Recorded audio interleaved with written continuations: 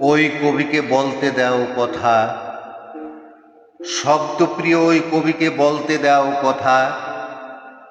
তার দুঃখ যে মেঘ আকাশ ভেঙে জলের ধারায় তোলে অস্থির কাঁপন, সেই অস্থিরতা শব্দের বাঁধনে এনে সে বলতে চায় কথা, তাকে বলতে দাও কথা।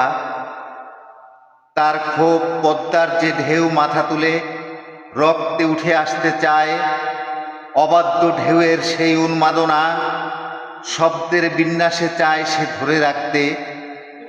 তাকে তার প্রিয় শব্দগুলি দুঠোঁটে বাজিয়ে বলতে দাও কথা। সশব্দে ফাটিয়ে নীলাকাশ একজন কবি বলতে চায় কথা, চায় দুস্থ বুকে বুকে ব্যপ্ত আকাশের স্থির জয়। প্রতিটি সূত্রের মধ্যে যন্ত্রণার মধ্যে, দুঃখ শোকের মধ্যে বলতে চায় কথা, তাকে বলতে দাও কথা।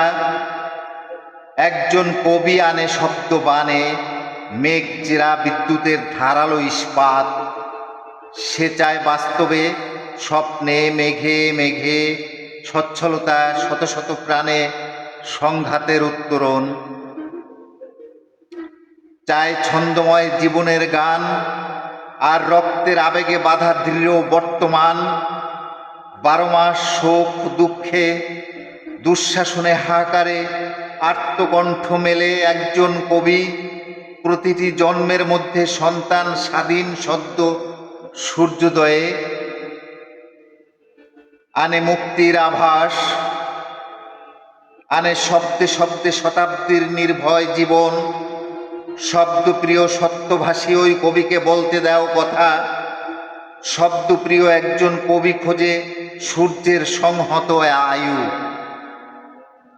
সৌন্দর্যে বিলীন গ্লানিহীন আশায় পূর্ণতায় নির্মাণের ছন্দে তার কবিতার পংক্তিগুলি তন্ময় শিল্পীর পরাক্রান্ত গান হয়ে আমাদের আশেপাশে আকাশে ছড়ায়।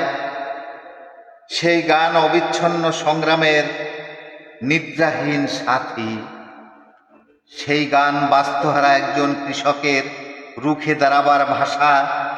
ওই কবিকে বলতে দাও কথা।